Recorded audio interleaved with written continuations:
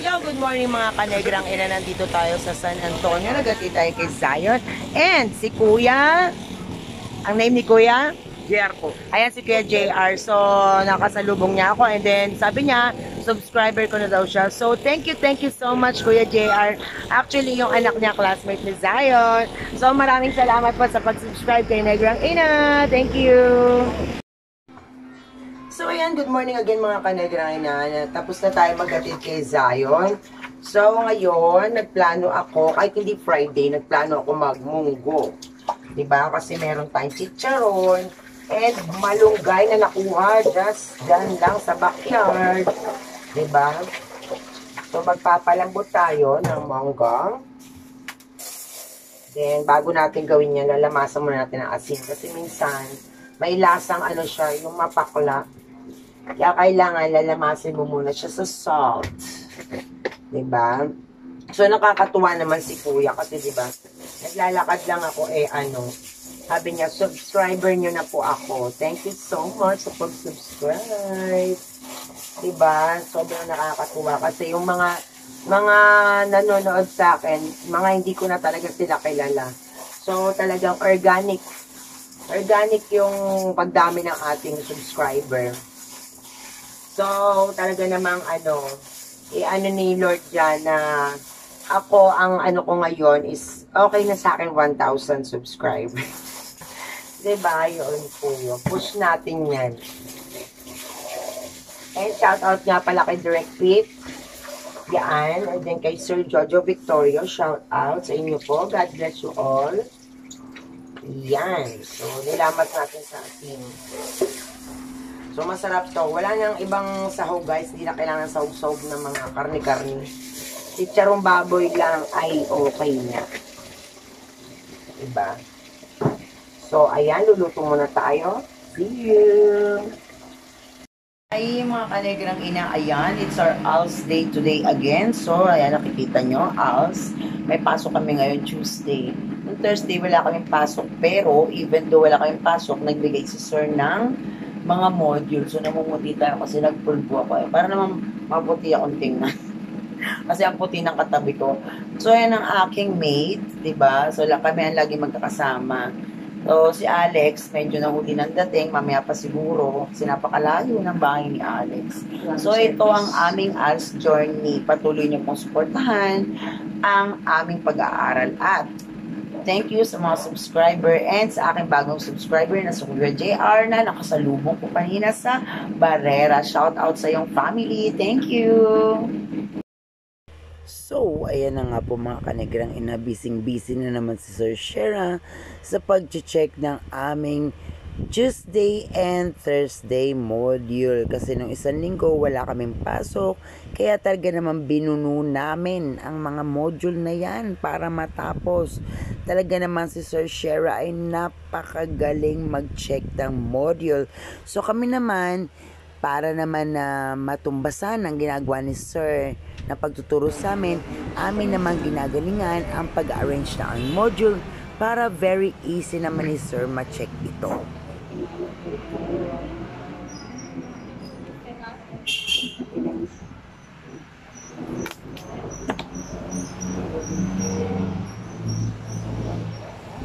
So, ayan dyan mga kanegrang ina, kung makikita nyo ay busy talaga kami magbasa ng Module 5. So, yan kailangan namin basahin while si Sir Shera ay nag-check ng iba pang module ng iba naming classmates.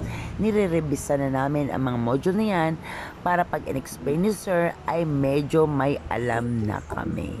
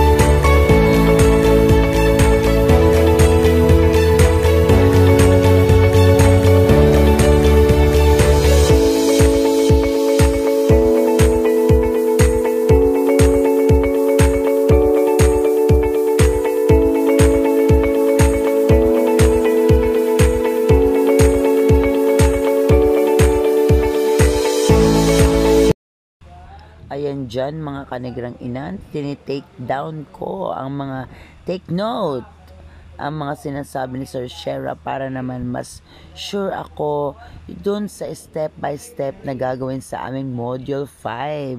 So even though si Sir naman ay talaga namang nag-send sa aming GC ng step by step na gagawin namin, mas gusto ko pa rin yung sinusulat ko, yung sinasabi ni Sir Shera.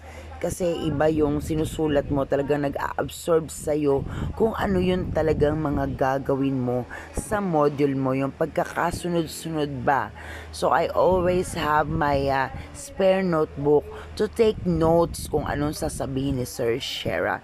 Doon kasi ako nasanay, even though before sa mga events na pinupuntahan ko, mag-speaker ako, talagang I always do taking notes. Nasanay na ako, kaya yun ay na-apply ko lagi sa mga bagay na tulad niya, nagsasalita si Sir Shera, sorry naman, si Sir Shera, so sanay ako na tinitake note ang lahat ng bagay. Escalator pa yun? Escalator na. Yung F, Pedestrian crossing. yung G, alam na alam ito ni Ate Helen. Security guard eh. Ano yun? Ano yun? First A. Yung H, seatbelt. Yung I, don't ko alam. yung K, yung K, ano yung K? Malimit natin makita yung K na yan. Information yan. Yung N, PWD. PWD at yung M, No littering. maganda yan. Ganito na lang yung gawin nyo. I-revise natin. Para mas maganda siya, i-drawing nyo siya, wag nang gawin yung nasa taas. Yung sasagutan, wag na. Sabi po. So dito na. I-drawing nyo siya, tapos ilagay nyo sa ilalim kung ano yung symbol na yun. Opo. Okay? Pwede rin i-print kung kaya, kung hindi naman, okay lang. So, i-drawing, tapos ilagay sa ilalim kung ano yung mga signs na yun. Safety signs. Ang pamagat natin ay safety Signs. Okay. Sunod natin, page. Okay na tayo ron? Yes. Sunod natin ay page. Ano na? 34 to 38. 34 to 30. 34 to. Haba. Copy sa note. Wow. Title Notebook. only. Ay, sabi kayo na naman lahat. Yun lamang pong yung pamagat nito ay understanding, here are some of the most dangerous household chemicals, including the ingredients to watch for and nature of risk. So, yun lang title niya. Halimbawa, kasunod na agad niya, hindi nagdodrawing, Okay, sa mundo. May Halimbawa ay air fresheners. So, ito. May nakalagay ko dyan, air fresheners. Ayan. O, halimbawa, magsisimula kayo dun sa here are some, ha? Halimbawa, number 1, air freshener of dangerous chemicals. Hanggang dun lang. Okay, Sunod, percentage. ammonia. Ammonia is a volatile compound that can irritate the respiratory system and mucous mucous membrane If of inhaled. cause chemical parang ayaw Hanggang skin, sir, skin. Okay, hanggang doon. Kasunod, number 3, anti-freeze. Papapasa nga ng anti-freeze, sabay-sabay. Antifreeze is ethylene glycol chemical which is poisonous if swallowed. Hanggang swallow. Hanggang doon lang, swallow. Kasunod, Bleach. Household bleach contains sodium hypochlorite, a chemical that can cause irritation and damage the skin and respiratory system if inhaled or spilled on the skin ulit. skin, ulit, Skin. hanggang lang. Ulit. O, yun. Basta yung una lang Ito yun lang. yung una lang na sentence, okay? Kasunod, Drain cleaner typically contain okay na doon, okay na. masangga acid. Page ano na daw? 39. Ano sabi ko ron? Drawer print. On paper. Draw or print pa rin. Ayan. Ito yung mga delikado. O, halimbawa itong sign na to, exploding bomb. Ayan, bakit ba? Halimbawa, yung kasunod ay claim. So, ilalagay nyo rin yung label niya na sa ilalim na globally harmonized. Ang pamagat niya ay globally harmonized system also defines our environment hazard group. Ilalagay namin dyan ay environment hazard group. Sa bond paper po yan, ano? Environment hazard. Ang title niya ay environment hazard group. Sa bond paper po. Okay po tayo ron? Environment hazard group.